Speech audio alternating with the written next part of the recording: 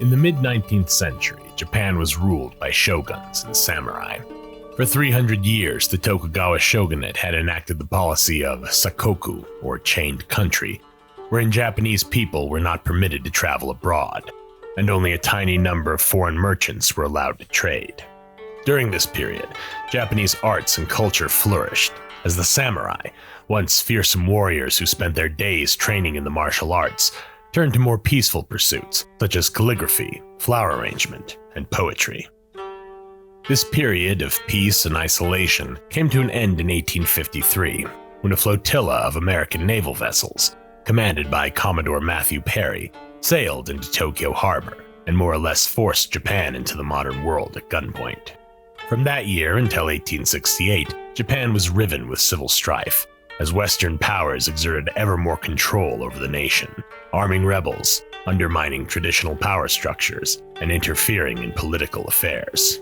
In 1868, the Tokugawa shogunate collapsed entirely, and the emperor, long a powerless figurehead, became Japan's true ruler. Just 15 years old when he ascended to the chrysanthemum throne, Matsuhiro Meiji's reign would last for 50 years, and during this time, Japan rapidly modernized from a feudal, technological backwater into a modern, industrialized nation. Forges and factories were built, railroads began crisscrossing the country, Japan's military moved from a hereditary system of samurai armed with swords and bows to a citizen soldiery equipped with the latest and most powerful weapons. Japan's ascendance culminated in 1905, with its victory over Russia during the Russo-Japanese War, marking the first time since the Mongol Empire that an Asian power defeated a European one in open warfare. It was into this tumultuous and quickly changing world that Fusajiro Fukui was born. Born in Japan's old imperial capital of Kyoto in 1859, Fukui began working at a cement company as a young man. This company, Heiko Cement, was expanding rapidly as the modernization of Japan demanded ever greater quantities of modern materials. The man who owned this company, Hiroshi Yamauchi, had no son to inherit the business, and so formally adopted Fusajiro, who took the Yamauchi surname. Yet not long after, Fusajiro left his adopted father to found a business of his own. In the late 19th century, gambling was illegal throughout Japan, as was the import, sale, or manufacture of Western-style playing cards. Even possession of such items was a crime. Japanese gamblers got around this by inventing a new type of playing card, hanafuda, or flower cards. Instead of clubs, spades, and diamonds, the cards were divided into 12 suits based on seasonal plants and flowers, cherry blossom, peony, chrysanthemum, and so forth. These cards were mostly used by underground casinos, who, like modern casinos, regularly disposed of decks to keep them from developing distinctive markings. This meant that demand for hanafuda decks was, in 1889, very high, and Fusajiro Yamauchi took advantage of this. He opened a small card shop in the Shimogyu-ku neighborhood of Kyoto, where he originally painted each card by hand on strips of paper. He soon hired additional artists, and later brought in printing equipment to speed up the manufacturing process. He made many different types of hanafuda decks over the years, but his most well-known was the Daitoyoru, or President deck, a rather unusual name since the decks were sold in engraved wooden boxes featuring a portrait of Napoleon Bonaparte.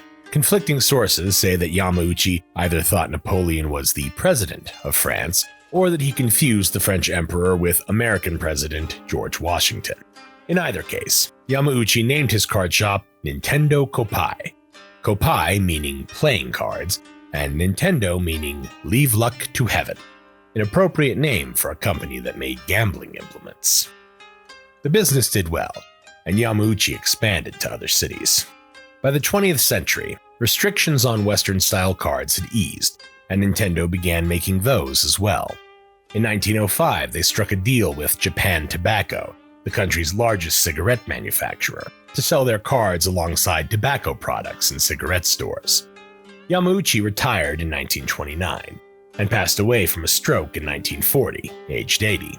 Succeeding him was his son-in-law, Sekihiro Kaneda, who, like his father-in-law, adopted the Yamauchi surname. Sekiro's reign was short and uneventful, and he died in 1949 at just 65 years of age. Succeeding him was his then 22-year-old grandson, Hiroshi Yamauchi, the man who, in the latter half of the 20th century, would shape Nintendo into the behemoth it would become. Hiroshi was a hard, serious man, even in his 20s, and he had dreams of making Nintendo big. By the time he took over, Nintendo was one of the largest playing card manufacturers in Japan, and Hiroshi expanded this lead in 1959 by striking a deal with Walt Disney, allowing Nintendo to make cards featuring the likenesses of Mickey Mouse and Donald Duck. Playing cards still had a somewhat seedy reputation due to their association with gambling, but the Disney deal led to them being viewed as more family-friendly, thus expanding Nintendo's potential market. This didn't stop them from making cards featuring pictures of naked women, however.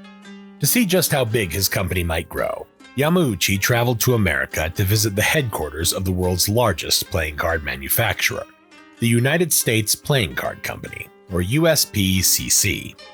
Most American viewers, and probably a good number of non-American ones, will be familiar with the company's iconic bicycle cards. Upon visiting their headquarters in Cincinnati and touring the factory, Yamauchi was dismayed by how small everything was. This was the biggest playing card company in the world, and this was all they had? Yamauchi wanted more. Throughout the 1960s, Yamauchi experimented with a number of products and services, none of which turned a profit. For a time, Nintendo ran a taxi service, then a chain of love hotels.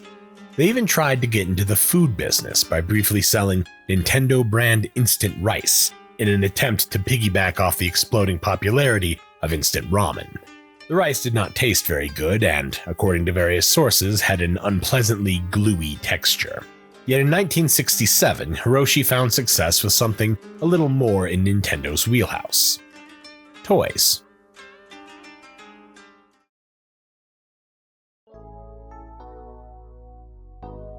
The first toy Nintendo released was the Ultra Hand, an extendable grabber designed by Nintendo engineer Gunpei Yokoi, a man who would be integral for much of the company's rise in the 1980s.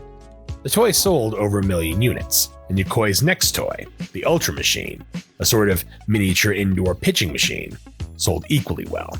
Yamauchi had found his path to success, and throughout the 60s and 70s, Nintendo would release dozens of toys and games, almost all of them doing well. But of course, Nintendo's real success would come with video games.